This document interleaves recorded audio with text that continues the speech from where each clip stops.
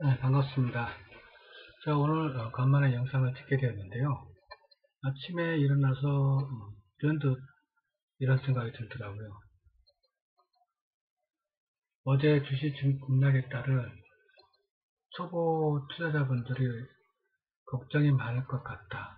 그리고 앞으로 향후 어떻게 시장이 흘러갈까 하는 궁금증을 많이 가질 거라는 생각이 들었습니다. 그래서 영상을 한번 찍어서 올려볼까 해서 영상을 찍게 되었는데요. 간만에 또 찍다 보니까 다시 찍었습니다. 왜? 녹음이 안 됐습니다. 이어폰으로 녹음을 하고 있는데 잭을 엉뚱한 구멍에 꽂아 놓고 찍었네요. 자, 먼저 그럼 연말까지의 지수 흐름을 예상을 한번 해볼까 합니다. 그래서 연말까지의 지수 흐름을 예상해 보는데 중요한 거는 왜 우리가 종목만 보면 되지 지수까지 확인해야 되느냐, 왜 미국장까지 확인해야 되느냐, 왜 환율을 봐야 되느냐를 이야기하려면 상당한 시간이 필요하겠죠. 그래서 그것도 초보뿐만 아니라 어느 정도 짬밥을 드신 분들이 계시니까 간략하게 중요한 부분만 짚고 넘어가도록 하겠습니다. 지수를 확인하는 이유는 강한 종목이라도 시장 분위기에 따라서 상승의 힘, 강도가 다르다는 거예요. 쉽게 얘기하면 20% 상승할 게 10%밖에 상승을 못하는 그런 경우도 있고, 더 중요한 거는 상승장일 때는 저항을 쉽게 뚫을 수가 있어요. 수급이 몰리기 때문에. 근데 하락장일 때는 저항을 뚫지 못하고 막혀서 되밀리는, 그래서 하락장일 때는 윗꼬리를 상당히 많이 갑니다. 물론 상승장이라고 모든 종목들이 그 강한 상승세를 나타내는 건 아니에요. 상승장이라도 뭐 대형주, 삼성전자라든지 코스피 대형주, 코스닥 대형주들이 상승할 때는 종목 수는 작지만 지수는 올라가는 그런 경우가 있고, 또 2000개 정도의 종목들이 있지만 1500개 이상의 종목들이 상승하는 장, 개나 소나 다 올라가는 장, 그때는 또 틀릴 수가 있습니다. 그러니까 각각마다 상황에 따라서 틀릴 수가 있는데요. 그거는 이제 돈이 어디든 몰리느냐, 또 시장에 돈이 많이 들어와 있느냐, 또 들어와 있으면 어떻게 분배가 되어 있느냐, 어떻게 나누어져 있냐 등등 복잡합니다. 어쨌든 간에 그렇게 간략하게 설명을 드리자면 큰 맥으로는 하락장일 때는 저항을 뚫지 못하는 경우가 많다. 윗꼬리를 많이 단다. 그렇게 명심하시면 됩니다. 그래서 지수를 보게 되는 이유입니다. 지수가 오늘 좋냐 안 좋냐, 그렇다고 매매를 안 하는 게 아니니까. 매매를 하는데 지수가 좋으면 좀 여유가 있죠, 사람이. 근데 지수가 안 좋으면 큰 수익보다는, 그러니까 자기 목표 수익을 그날 당일날 목표 수익을 낮추란 얘기예요. 물론 이제 장기 투자나 스윙 투자나 기타 여러 가지 따라서 상황이 틀리지만 제가 말씀드리는 거는 단기 매매의 가정하에 말씀드리는 겁니다. 그거 좀 참고로 하시고, 그리고 중장기라도 지수를 안 본다? 그거는 저는 개인적으로는 문제가 있는 중장기 투자자라고 저는 봅니다. 자, 그리고 세 번째는 그 호재도, 그러니까 호재, 당일날 나오는 뉴스가 있어요. 찌라시든 뉴스든 간에, 저는 다 대부분 찌라시라고 얘기합니다. 대형 언론사에서 나온다고 해서 여러분 믿습니까? 절대 믿지 마세요.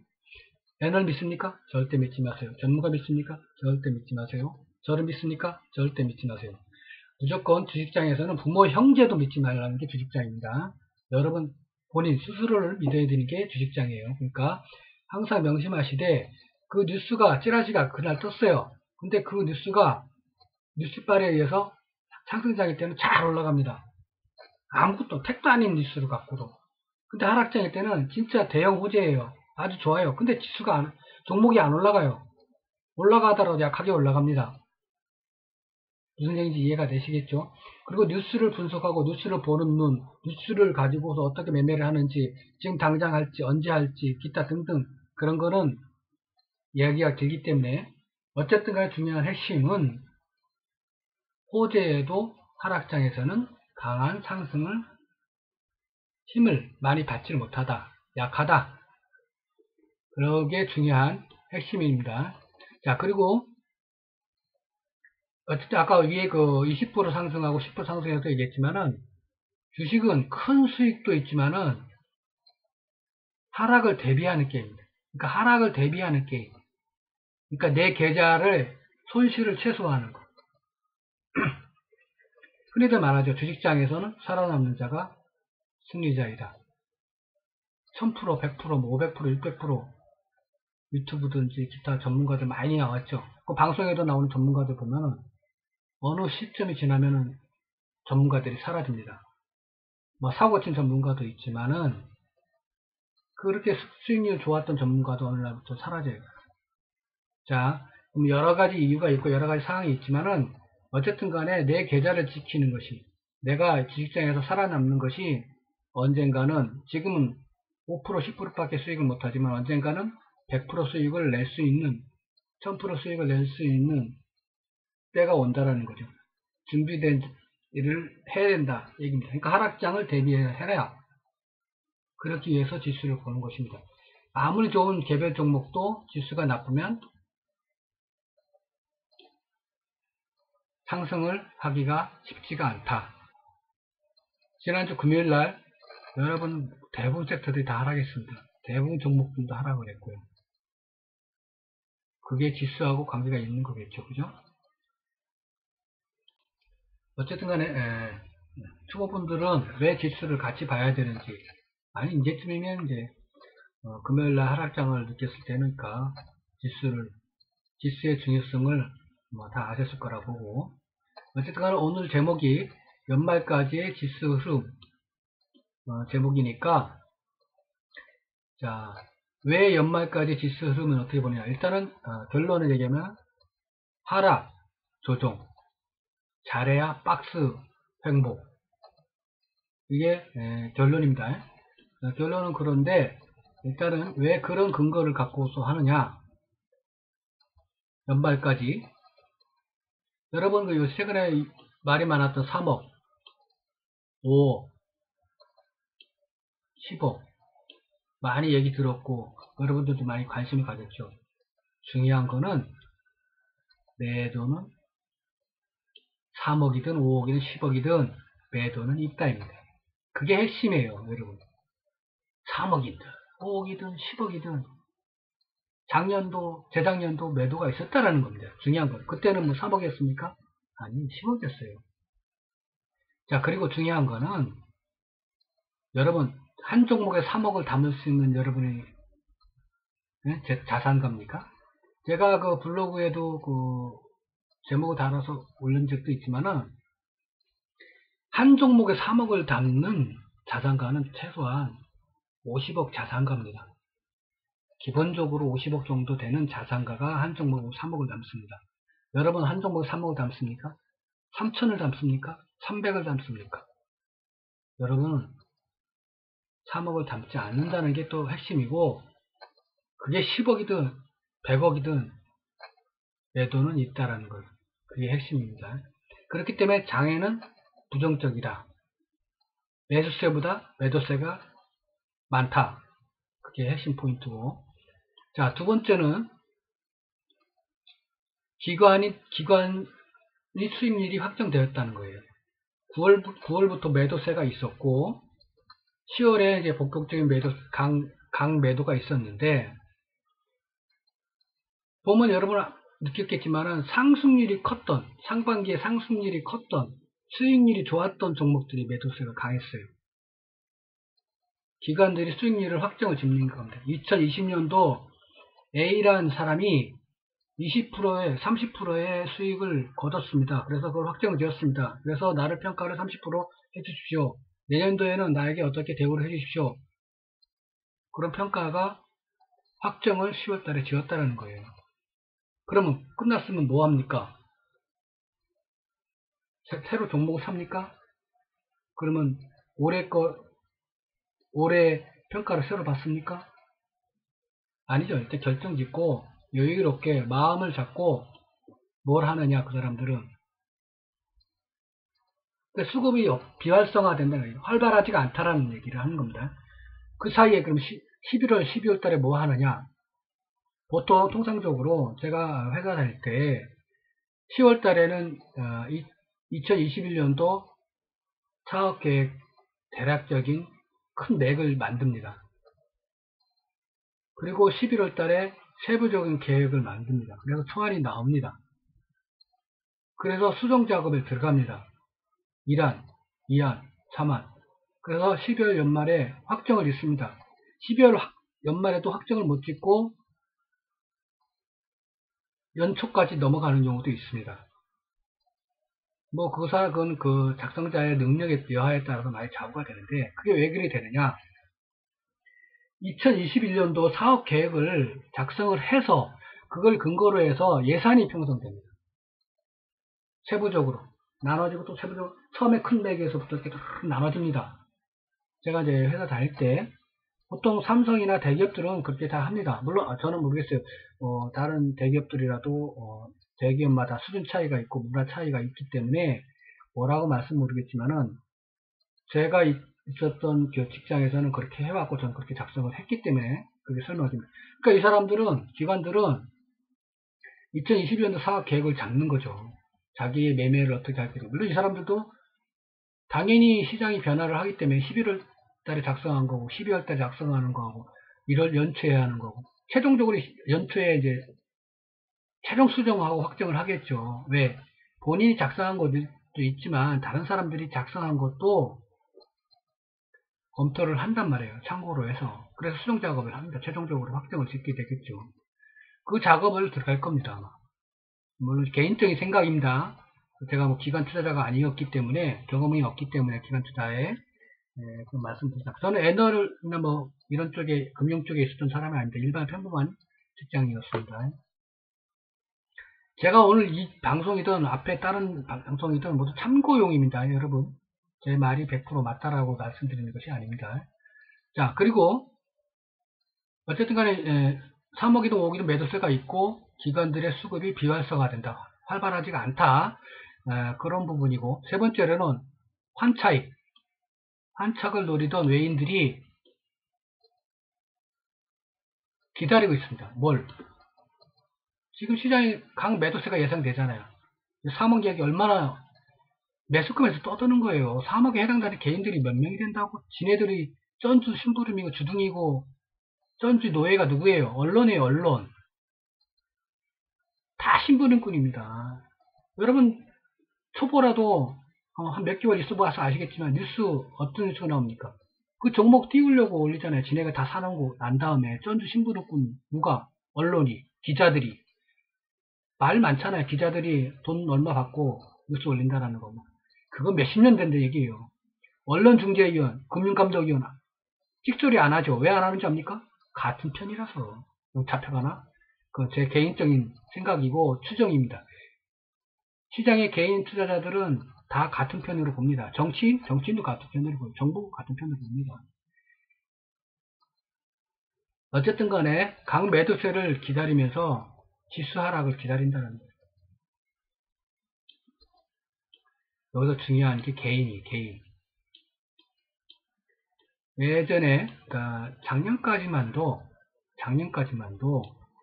수급을 보는 데 있어서 개인은 제외를 했습니다. 저 같은 경우, 뭐 다른 분들도 아마 다 그랬을 거예요.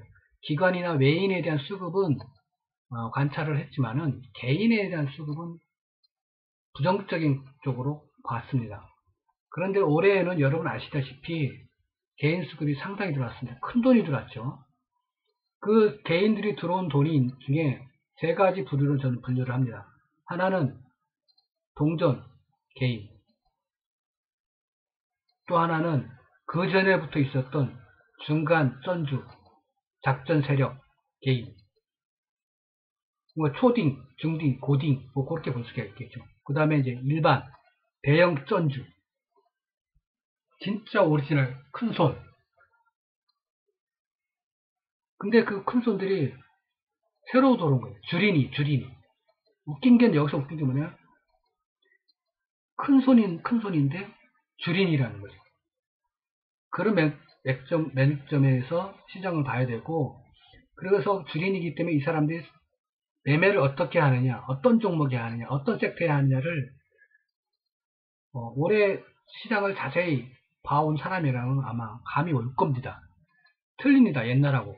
그 개인, 동전 개인하고 큰손 개인하고 틀리고 작전 세력, 중간 개인하고 틀립니다. 이 작전치는 중간 세력의 쫀주의 돈이 이 큰손의 돈은 게임도 안 돼요. 그래서 연초에 중반쯤이죠. 봄쯤에 이 작전 애들이 작전을 치려다가 제대로 못 쳤어요. 무서워서. 이 큰 손 때문에. 근데 얘가 이 큰손이 한 애들이 주식을 잘하는 큰손이 아니라 주린이에요.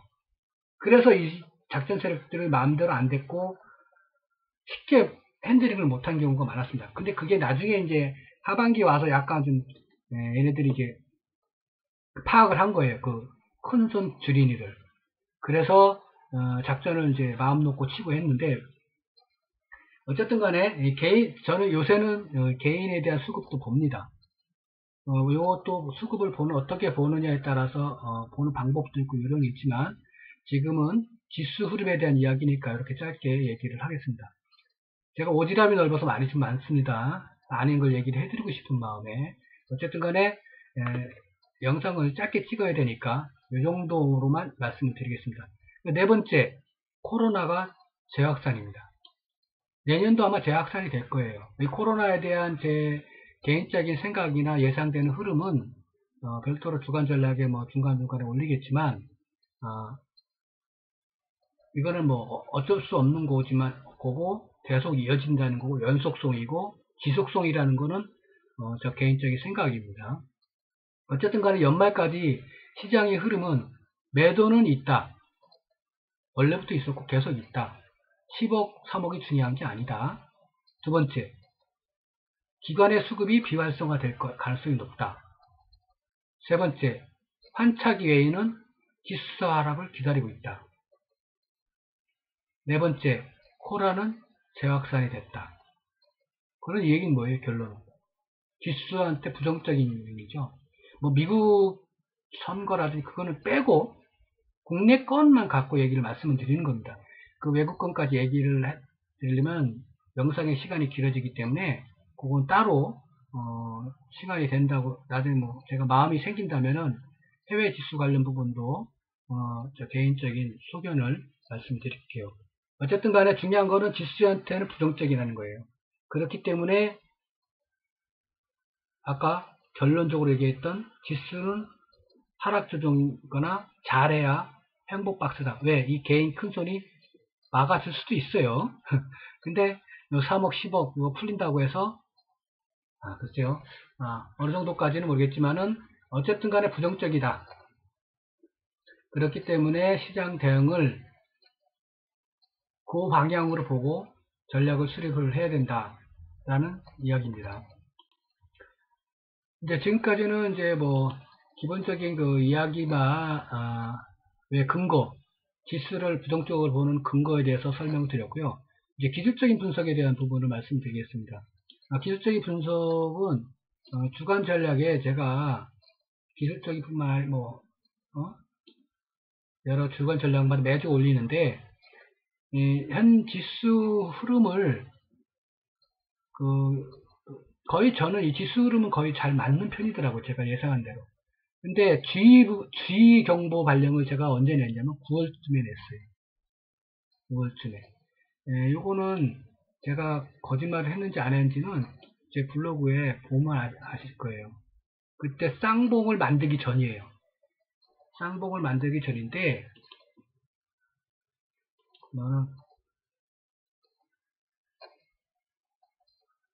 9월이죠, 9월. 코스피, 응? 코스피 2500, 코스닥 900. 주의하자, 이렇게 미리. 그 전부터 이제 예상을 얘기를 했지만, 주간 전략의 세분 내용에 이제 짤막짤막하게 언급을 했지만, 이때는 확실하게 제가 제목으로까지 올렸어요. 주의를 하자. 두 개 다 쌍봉, 매산자를 만들기 전이에요. 그 지점대, 그 고점 가격대를 지수를 얘기한 겁니다. 저 참고로 저는 여러 가지 제 개인적인 용어를 많이 사용을 합니다. 뭐 밥이라든지 수급을 밥이라고 합니다. 저는 밥, 뭐 요리사라든지 또 코스닥을 코닥이라고 한다든지 코스피를 코피라고 한다든지 그런 용어를 제가 많이 만들기도 합니다. 이거는 뭐 누구한테 뭐 얘기를 한 건 아니고 제가 뭐 리딩을 하는 사람은 아니기 때문에 뭐 캔들을 보고도 뭐 앞전 캔들이라고 한다든지 뭐 기타 뭐 여러 가지 제가 말씀을 했기 때문에 이 약자는 그렇게 이해를 코스피나 코닥은 그렇게 이해를 하시면 될 거고요. 이 주간 전략에 보면 차례 순서에 보면 요 각 주별 시장 분위기를 읽을 수가 있어요. 차례 목록만 봐도. 물론 제가 개인적으로 운영하는 그 블로그이기 때문에 저의 패닉 위주가 상당히 많지만 어쨌든 간에 이걸 가서 간혹 보시면은 여러분들한테 손해는 아니겠죠, 그죠? 도움은 되겠죠. 진짜 불필요한 내용이거나 어설픈 내용일지는 몰라도 여러분들한테 득이 될지 손해는 아닐 거라고 생각을 합니다. 자, 이거 우선주 배당 이것도 뭐 엔화 강세 부분도 이때 제목으로 올렸지만 그 앞에 그러니까 제가 보통 주간 전략에 보름, 뭐 한 달 미리 언급하는 경우 상당히 많습니다. 그렇기 때문에 이때는 한참 확정적으로 안에 움직이거나 그럴 때 얘기했던 언급이 됐던 내용인데 어쨌든 간에 주간 전략이라든지 블로그에 보면 내용을 참고로 하시면 되고 그리고 제가 그 쌍봉이나 그 G를 경고를 했던 게 9월달에 얘기했던 게 거짓말이 아니라는 걸 제가 블로그로 왜냐면 영상을 찍다 보니까 별의별 사람이 상당히 많아요. 저는 악플을 달더라도 대꾸를 안 하고 신경 안 씁니다. 왜냐 제가 안 하면 되고 안 찍으면 되고 안 올리면 되거든요. 왜? 제가 뭐 돈을 벌려고 하는 것도 아니고 어떤 목적을 갖고서 하는 영상이 아니고 어쩌다가 한번 큰 이슈가 있거나 아니면은 누가 나한테 궁금해서 문의를 하거나 그럴 경우는 올려드리고 하지 별도로 잘 올리진 않습니다. 상습적으로 제가 뭐 유튜버가 아니기 때문에 어쨌든 간에 기술적 분석은 차트를 보면서 제가 설명을 해드릴 건데 9월부터 주의 부분을 얘기했고 왜 9월부터 주의를 했는지 그거는 차트를 보면서 설명을 드릴게요. 또 일단은 그 코스피 일봉은 박스 행보를 하고 있고 코스닥은 매산자를 만들고 있습니다. 이 매산자가 상당히 중요한 의미를 얘기하는 겁니다. 일반 쌍봉보다 얘가 더 강력한 신호입니다. 이게. 그리고 왜 2021년을 위해서 확실한 조정을 줘야 하는지를 차트를 보고 설명을 드릴게요. 제가 왜 급락을 아까 2021년 상승을 위한 하락 파동이 필요하다. 이왕 하락하는 거 확실하게 하락을 줘야 된다는 얘기입니다. 차트를 보고 제가 또 설명을 더 드리겠지만 그래야만이 상승을 할 수 있다는 거죠. 진짜 뭐 대단한 하락을 하면 안 되겠지만 어느 정도 그래도 확인할 수 있는 확실한 그 하락을 줘야지 애매한 이것도 아닌 저것도 아닌 하락은 불확실성을 오히려 만든다라는 얘기를 드리는 겁니다. 그래서 제가 이제 이 차트를 보고서 일단 설명을 드리도록 하겠습니다. 자, 이제 월봉입니다. 일봉입니다. 코피 일봉입니다. 잠깐만요. 죄송합니다. 아까 조금 전에 봤던 거는 월봉이었고요. 월봉에 대해서 설명은 코스피 일봉하고 코스닥 일봉을 설명을 하고 난 다음에 설명을 드리겠습니다. 그거는 이제 월봉은 그리고 2021년도 상승장을 만들기 위한 저의 소설을 설명을 드리기 위해서 나중에 다시 별도로 설명을 드릴게요. 이게 몇 개 얘기를 안 했는데 시간이 엄청 많이 지났네요. 어쨌든 간에 빨리 진행을 하도록 하겠습니다. 기본적으로 차트라든지 기본 기술적인 거는 대부분 다 잘 아시고 많이 아시니까 제가 그냥 빠르게 설명을 하고 넘어가겠습니다. 일단은 이 코스피 일봉인데 제가 그 언급을 드렸을 때가 그 9월 이쯤이에요. 이쯤 쌍봉을 만들기 전에. 물론 요때도 그쵸. 요때 하락 조정도 예상을 했었지만은 일단은 요때 쌍봉을 보고 이때는 주의를. 왜냐면 이때도 불확실했고 다 불확실했어요. 사실은 올해가 다 불확실한 장이었기 때문에 그 불안한 부분이 있었고 불확실한 부분들이 너무 많았기 때문에 강한 상승세를 계속 이어갈 거냐 안 갈 거냐에 대한 부분이 의구심이 많았습니다. 그래서 개인적으로는 이 고점이 아까 그 2500 얘기했던 부분이고요. 그래서 이걸 뚫더라도 꼬리를 알고 내려올 것이고 아마 뚫지를 못할 것이다. 잘해야 찍고 아니면 그대로 밀릴 것이다. 그래서 쌍봉을 만들 것이다. 라고 설명을 드렸습니다. 그래서 이 저점을 깨지 말았어야 되는데 깼죠. 그죠? 예, 안 깨려고 이때 밀어 올렸는데 예? 밑꼬리를 달고 밀어 올렸는데 다시 갭으로 그냥 다시 내려와 버렸죠. 그죠? 확실하게 깨버렸어요. 이때 깨버렸는데 어쨌든 간에 그 이 9월쯤에 제가 이 쌍봉을 하기 전에 얘기를 말씀을 드리면 그런 세상이었고 다시 이렇게 내려왔어요. 자, 그런데 박스 행보인데 이 박스 행보가 약간 비스듬하게 형성되는 상황이죠. 그죠?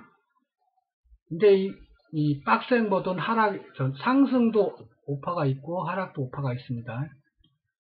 1, 2, 3, 4, 5. 그래서 제가 이 저가를 깨줘야 된다고 제가 얘기를 하는 거예요. 그래야만이 하락 오파를 완성하는 거예요. 그래서 깬다고 제가 설명을 드렸던 거예요. 여기서 올라가는 척 하다가 다시 밀어버렸죠. 그죠? 자, 어쨌든 간에 코스피는 이렇게 시간이 많이 들어가기 때문에 제가 일단 이렇게 설명을 드렸어요. 그래서 어쨌든 간에 하락파를 만들고 있다. 그래서 마지막 하락 오파를 만드는 저점을 하기 위해서는 이 저점을 깨야 된다. 그게 핵심입니다. 이 차트에서 볼 때는.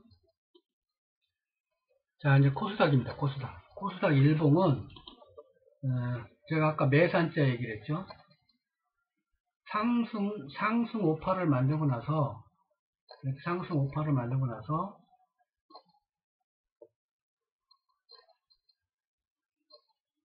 알죠?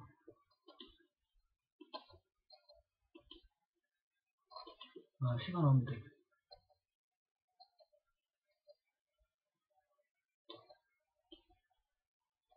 매산자. 한문, 매산 정도는 요새 한문을 배우는지 안 배우는지 모르겠지만은 매산자 정도는 아시겠죠. 이 매산자가 상당히 확실한 신호입니다. 하락을. 자, 개인적인 겁니다. 이게 기술적인 부분은 저보다 뭐 잘 아시는 분도 있을 수 있고 또 다른 의견을 가지고 계신 분도 있을 수 있으니까 제 개인적인 생각이라고 보시고 참조해서 보시죠. 저는 개인적으로 이 쌍봉보다 이 매산자가 확실하게 더 확실하고 더 강력하다고 보는 사람 중에 합니다. 아까 그 코스피에서 보았던 그 매산자 저 쌍봉하고 개념하고 모양이 여러분들이 보셔도 확실하게 다르죠. 그죠? 그렇기 때문에 이 쌍봉 하락을 하는 거예요. 근데 중요한 거는 여기서 그 이 매산자를 하락을 하기 위해서는 이 저점까지 내려와야 된다는 거예요. 이 정도까지. 이거 월봉에서 설명을 드리겠습니다. 어쨌든 간에 제가 이것도 이쯤 된 것 같은데 9월달이 제가 벌써 설명을 했던 게 이쯤인가? 이쯤대로 저는 생각을 합니다. 어쨌든 간에 그 시점에서 제가 2,900, 9,000, 900, 맞네. 900이네. 900을 설명을 했었죠. 900을 돌파를 하고 꼬리를 알고 음복을 만들었네요. 맞네. 주의 구간이었죠. 주의 구간. 그죠? 제가 이거 뭐 거짓말 하는 게 아니기 때문에 그 다 블로그에 있는 내용이니까. 어쨌든 간에 요 부분이었습니다. 그리고 향후 이후로 어떻게 흘러갈 건지에 대한 부분을 월봉 차트를 보고 제가 설명을 다시 드리도록 하겠습니다. 시간이 지금 30분이 지났네요. 벌써. 그래서 이렇게 코닥은 왜 부정적으로 봤냐라는 부분을 이렇게 짧게 마무리 짓도록 하겠습니다. 네, 코스피 월봉입니다. 아까 처음에 잘못 올렸던.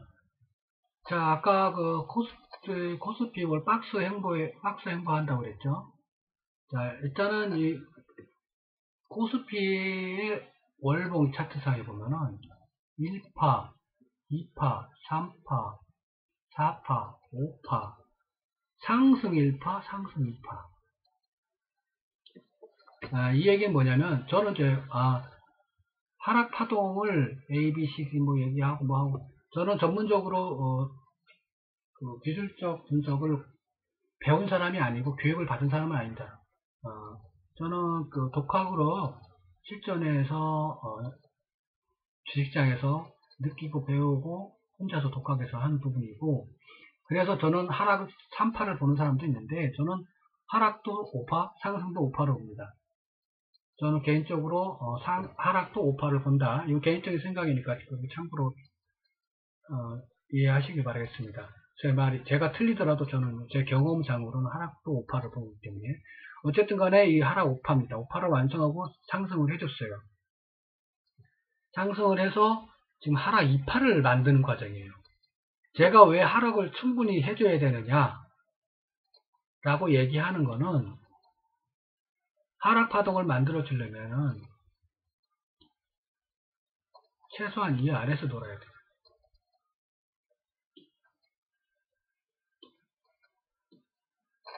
최소한은 여기를 찍어줘야 된다는 거예요. 여기 만약에 이 부분을 찍어준다 그러면은 이 부분을 찍어주면 박스를 만들 가능성이 높고 박스 크게 박스를 이렇게 만들 가능성이 높아요. 근데 이 상승을 위해서는 그렇다고 여기서 여기까지만 찍고 올라갈 수도 있겠죠. 물론 요 부분을 지지를 보고 네? 이렇게 올라갈 수도 있는데 어쨌든 간에 그렇지만은 파동을 만들기 위해서는 요 정도까지 찍어주는 게 왜냐면 강한 상승 제가 이 얘기를 하는 강한 상승 반등을 강한 반등을 원하기 때문에 하는 말이었습니다. 이거는 이제 쉽게 얘기하면은 여기를 찍어주면은 기관이든 외인이든 들어올 수 있다는 게 확실하게 있으니까요. 물론 여기에서도 지지를 받고 반등을 할 수도 있겠지만 이거는 향후니까 지켜보셔야 될 거예요. 지금 현재 지금 10월 달이잖아요. 10월 달인데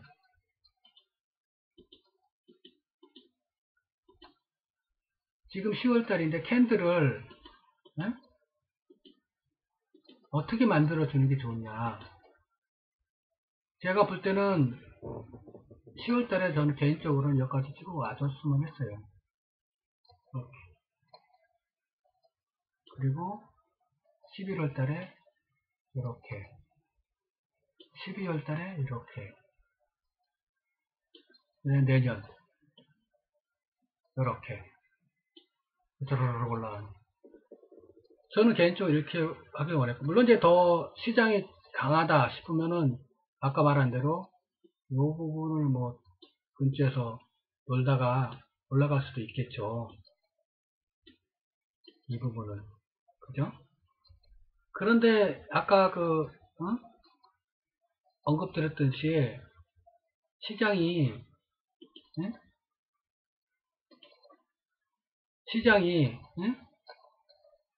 그렇게 분위기가 만들어지고 있지 않다라는 거예요.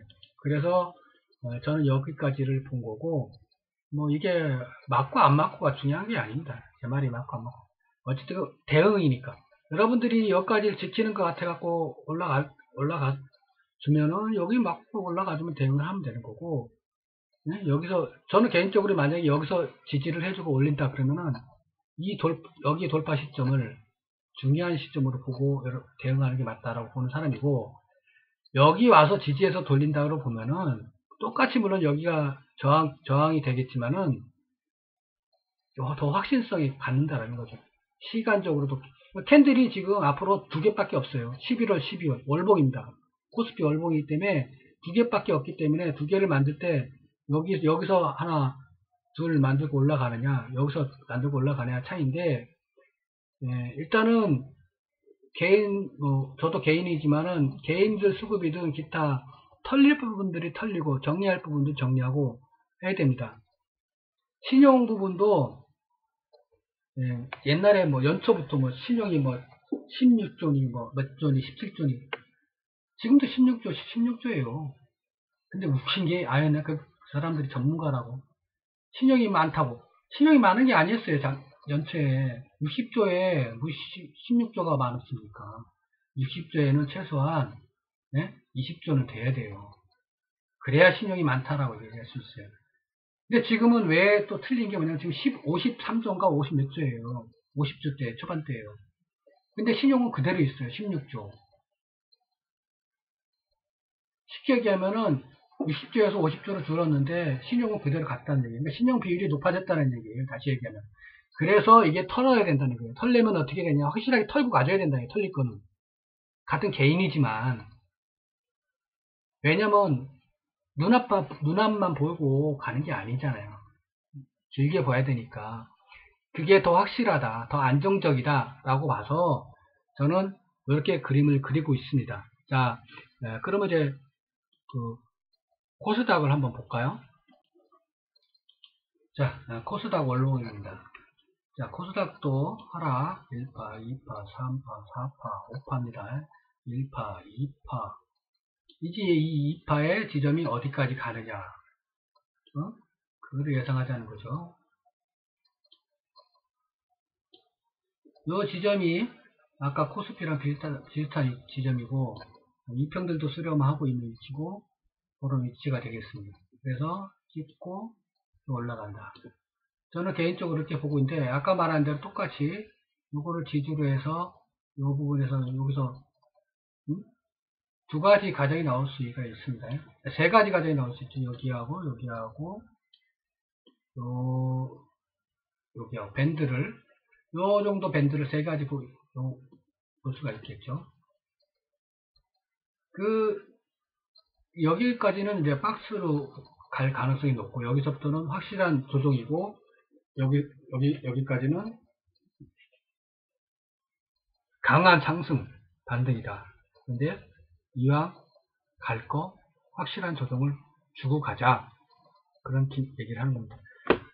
참고로 아까 그 매산자 얘기했고, 그러니까 여러분들이 항상 주의해야 될 게 쌍봉, 쌍봉 글자로 치려니까 좀 그러네요. 이 쌍봉, 매산, 이 고점에서 이건 똑같습니다. 이게 고점에서 생기냐, 저점에서 생기냐, 똑같다고 보시면 돼요. 의미를. 어쨌든 강한 의미를 주는 것이다. 라고 보시면 되고, 캔들로도 고점에서의 이 캔들을 주의를 하시면 돼요. 물론 저점에서의 캔들하고 똑같습니다. 기본적으로 물론 저보다 잘 하시는 분들이 있지만 초보분들을 위한 잠깐 영상 중에 짧은 매매 팁입니다. 참고로 하시면 되겠고, 어쨌든 간에 여기를 찍든 여기 찍든 우리는 대응을 얘가 여기서 찍고 올리느냐 여기서 찍고 올리느냐 여기서 올리느냐 그것만 보시면 되는 거예요. 중요한 거는 얘가 일로 가는 게 아니고 내려간다라는 거예요. 얘기를 하는 거예요. 무슨 얘기인지 아시죠? 어차피 올해에는 캔들이 2개밖에 안 생깁니다. 진짜 강하게 올려칠 수도 있겠죠. 바로 11월 달부터. 그거는 뭐 장담을 할 수 있는 게 없지만은 일단은 확률적으로 봤을 때 여기냐 여기냐 여기냐를 보고 예상을 하고 대응을 할 준비를 해야 된다는 얘기를 하는 거지. 바로 올라가면 나쁠 거 없어요. 여러분 상승은 개나 소나 수익을 냅니다. 그렇기 때문에 나쁠 거 없어요. 그걸 걱정할 필요도 없고 대비할 필요도 우려할 필요도 없어요. 우려할 필요도 없고 대응은 뭘 하냐? 수익률을 얼마를 만드느냐를 대응하는 거고 상승장에서 하락장에서는 아니죠. 그렇기 때문에 우리는 항상 주의하고 하는 예방체국 측면에서 하락장에 대한 부분을 항상 염두를 두고 대응을 해야 된다 얘기를 하는 거고, 그렇기 때문에 2021년도를 위해서 충분한 조정을 만들어주자. 어설프게 애매하게 여기서 까짝까짝거리다가 연체 확 밀지 말고 여기서 확실하게 시장 분위기도 3억이니 기관 수급이니 그런 거 있듯이 코로나 재확산이니 어차피 안 좋은 소스 있으니까 안 좋은 뉴스에 확실하게 주자. 안 좋은 뉴스를 억지로 막고 막 버티고 들어가고 가다가 확 밀리면 진짜 오리지널 여기까지 내려오는 폭락을 맞을 수가 있다는 얘기를 하는 거예요. 그래서 이런 뉴스가 나오고 다 아는 뉴스고 다 아는 악재잖아요. 그것들은. 그렇기 때문에 여기까지 내려오는 것보다는 여기까지 그냥 양보해서 그렇게 가졌으면 한다라는 제 개인적인 소설입니다. 소설. 참고사항이지 제 말을 100% 믿지는 마세요. 일단은 기술적인 분석에서 코스피 박스 행보였고 코스닥은 매산차였습니다. 그래서 박스 행보도 오파를 만들었고 코스닥도 오파를 만들었다. 그래서 지금은 상승 1파로 읽어주고, 여기 이 상승 2파라는 게 이거 하락입니다. 하락. 상승장에서는 이걸 하락 2파라고 안 하고 어차피 상승 추세에서의 상승 5파이기 때문에 그 5파 중에 하나의 2파를 얘기하는 겁니다. 상승이라고 오해는 하지 마세요. 이 얘기는 초보 때문에 초보분을 위해서 말씀드리는 겁니다. 어쨌든 간에 기술적인 분석에서는 현재의 위치 상황이 박스 행보하고 있고 매산자를 만든 상태고 하락 5파를 마치고 상승 2파를 만드는 과정인데, 이 상승 2파를 마무리를 확실하게 하자. 확실한 조정으로 마무리를 하자. 어설프게 애매하게 하락 2파를 상승 2파를 만들지 말자. 그런 뜻입니다. 자, 그러면 중요한 거는 그 다음에 대응을 어떻게 할 것이냐. 하락장인데 그 하락장에서 대응을 어떻게 할 거예요? 여러분 아시다시피 최근에 많이 느끼셨겠지만 하락장에 물론 배당 시즌도 있지만은 배당주, 우선주, 품절주라는 거는 거래량이 작은 종목을 얘기하는 겁니다. 동전주, 상패 종목, 소외됐던 종목들, 그런 종목들이 급등을 합니다. 장난을 치는 거죠. 자, 그렇듯이 그런 매매할 종목들이 그나마 있고 또 중간중간에 개별 이슈들이 나와서 그 이슈에 의해서 단타성으로 매매를 할 수 있습니다.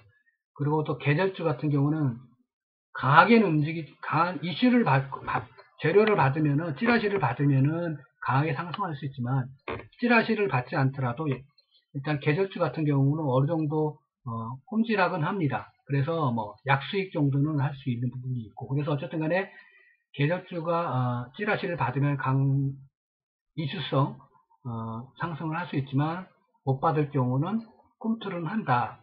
그래서 계절주는 매매도 가능은 하다. 이렇게 말씀을 드리고, 그런 내용들은 주간 전략에 다 있습니다. 매 주별로 제가 주간 전략을 올리기 때문에 시장의 변화는 누구나가 알 수가 없잖아요.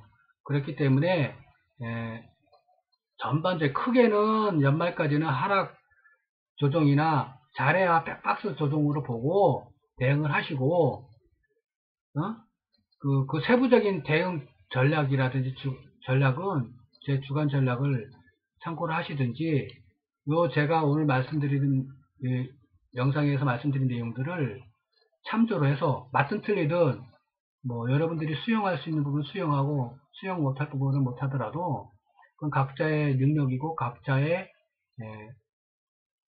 지식의 폭을 기준이 잣대가 되겠죠. 제 영상을 어떻게 해석을 하고 어떻게 받아들이냐는 것도 각자의 능력이기 때문에 각자 주간 전략을 수립을 하시고 간혹가 제 주간 전략을 보시고 비교를 하셔서 본인의 생각을 결정을 해서 매매를 결정을 하시면 되는 거니까 참고를 하시면 되고, 세부적으로 지금 벌써 50분이 다 돼가기 때문에 제가 영상을 더 길게 찍는 것은 좀 무리가 있지 않을까 싶습니다.